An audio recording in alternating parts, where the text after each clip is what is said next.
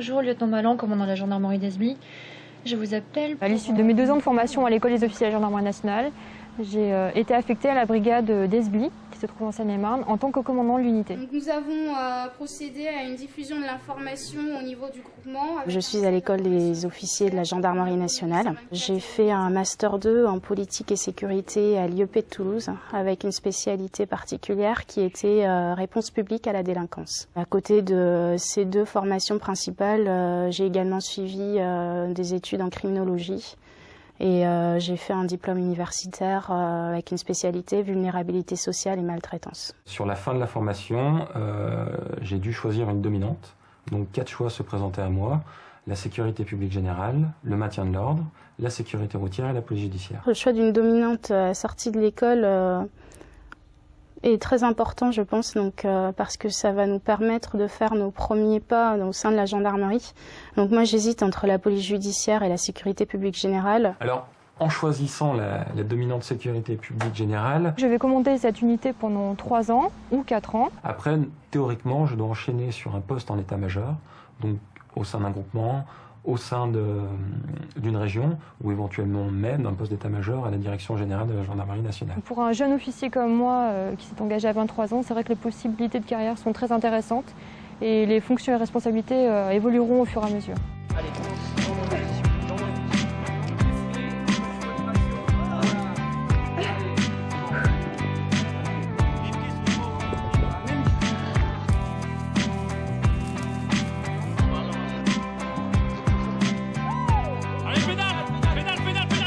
Pendant la première année, on a une formation militaire, essentiellement basée sur le commandement. Donc on nous apprend à commander des troupes. Pour ceci, on a des stages de chef de groupe ou de chef de section où on part en camp pendant plusieurs semaines.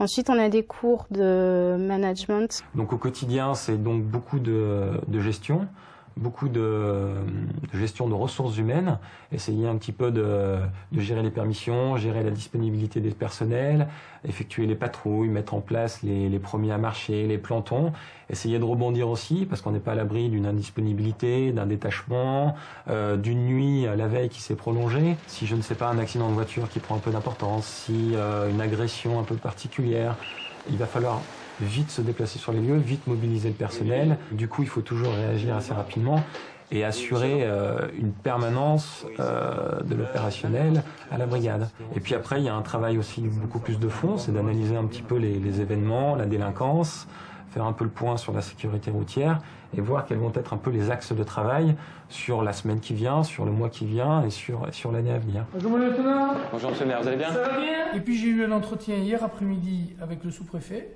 pour parler donc des affaires de prévention de la délinquance. Une des facettes importantes de mon métier, c'est la relation avec les élus. Cet échange permanent, cette collaboration qui nous permet de travailler et d'améliorer nos contacts pour servir au mieux la population et garantir une sécurité au quotidien. Je suis convaincu aussi qu'il y a aussi un vrai travail de fond qui est fait par nos gendarmes. Déjà, on a beaucoup de présence sur le terrain, mais c'est aussi dû peut-être à un départ de nos délinquants. L'intérêt des réunions de police qui se déroulent en sous-préfecture est avant tout de permettre une circulation de l'information.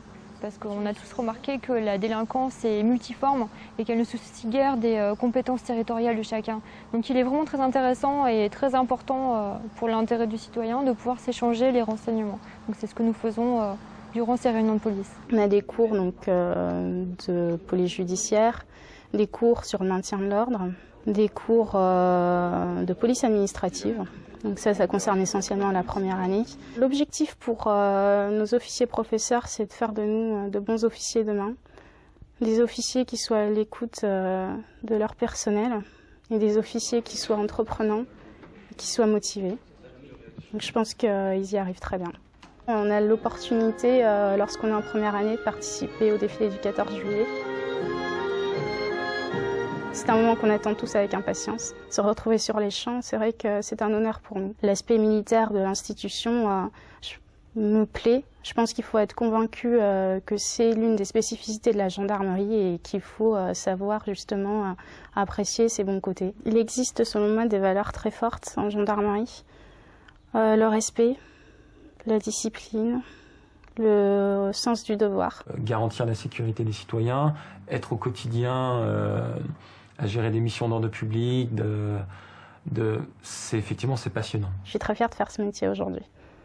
Je pense que si j'avais des doutes, je ne serais pas restée. C'est tout à fait ce que j'espérais et la gendarmerie m'a effectivement permis de réaliser un peu un rêve.